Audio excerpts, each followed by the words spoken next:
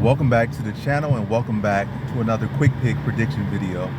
In this video, I'll be predicting what the welterweight bout between Nate Diaz versus Tony Ferguson. So short notice, opponent swap out.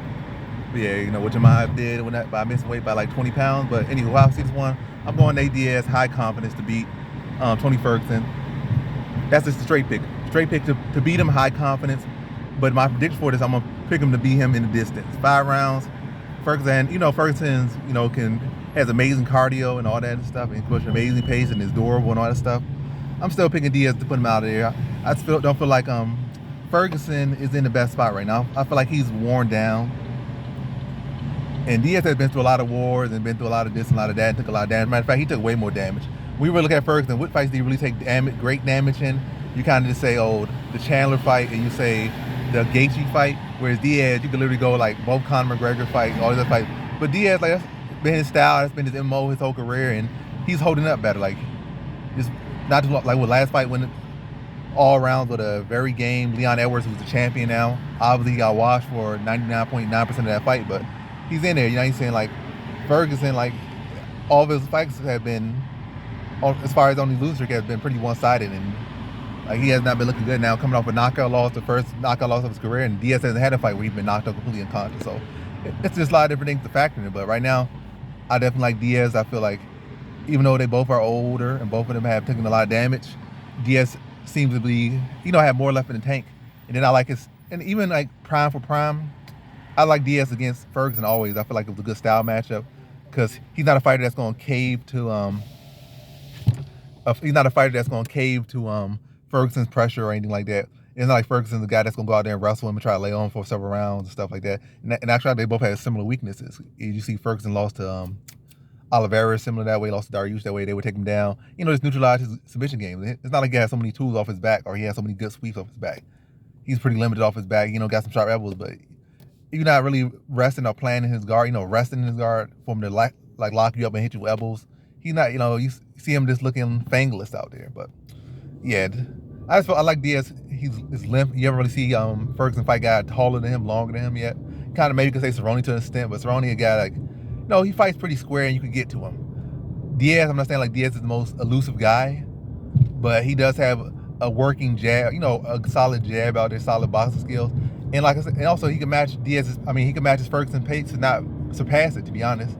And he could consistently put that on you. And I feel like in the case where it's gonna be a competitive fight, but I just feel like Diaz is gonna be able to dictate the pace of this fight with his jab and his boxing. And I feel like he's gonna be able to take shots better.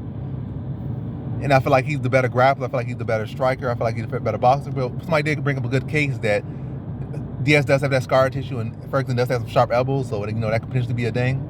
So maybe in the distance, like just straight up in the distance. So whether Ferguson's chin don't hold up or whether Diaz's skin don't hold up, this fight in the distance might be a very good prop. But yeah, just like Diaz, I always feel like his jiu-jitsu is more well-rounded, more diverse, and he has actually, as far as pure BJJ, has far more accomplishment. I feel like Ferguson more so just an MMA BJJ guy. In the world of actual BJJ, Ferguson will get disposed pretty quickly and pretty bad. Just the same way he's striking. Wow, you put him in the striking thing, like when that whole behind the scenes, he got knocked up by Raymond Daniels and was all mad about it. But then again, that's a whole different level. But in his actual weight class, he would get picked apart pretty badly and embarrassingly in the striking department. I just feel like Ferguson is very much. Then again, Diaz would get embarrassed in period of like boxing is actual top contenders and some very much probably your local gym studs probably. But yeah, I don't know. I just feel like Diaz is just fresher right now. I like his length, I like his style, and I just don't feel like Ferguson presents a style to beat that has had to, or presents issues for Diaz necessarily. I feel like Diaz presents issues for Ferguson. Obviously, Ferguson presents issues for Diaz as well, but not as strong. I don't feel. Again, I feel like Diaz is fresher right now, or has more left in the tank, and also again he was training for 5 rounds, and I feel like he's gonna be able to continually touch Ferguson. And Ferguson, like he could get like when he was at his best and winning. He would get rocked like pretty much every single fight. He would get dropped, rock, barrel roll every single fight. But it wasn't a consistent getting touched. Diaz will not gonna have that one big punching power, but Diaz will continually touch him, coming and going, rip him to the body, rip him up top. And I don't feel like Ferguson at this point with it, or really ever, well, probably in the past, it probably would have been a decision fight. But the fact that they are in their later age of their careers and the damage that Ferguson has taken, and especially coming off that brutal knockout loss, I feel like his brain not gonna be all the way there. It might look like the Gray Maynard fight to an extent, not exactly like it, but in the sense like a standing knockout. Ferguson just like brain timing out from getting hit with a volley of combinations, getting peppered with a jab, ripped to the body, ripped up top. But it's gonna be a competitive fight. But I feel like those punches gonna wear on him, and then eventually Diaz gonna have his feet frozen a little bit. Not Diaz's feet frozen, but Ferguson like that's getting ripped to the body, ripped up top, and just constantly getting tagged and that on and off button, touched with those little light 1% punch power or 10%, 20% punches that the Diaz brothers throw is constantly touching them, wearing on them, using that length, using that reach, using that boxing, and really wearing on Ferguson. Probably even in grappling chains when Ferguson tried to go for takedown. His takedowns have not been historically that great. He got a decent wrestling background, but historically his wrestling offense has not been that great. So I just feel like Ferguson's gonna I'm not sure. I feel like Diaz is gonna wear on him and put him out in the distance. I'm gonna say 4th round TKO. So in this one, I got Nate Diaz via 4th round TKO.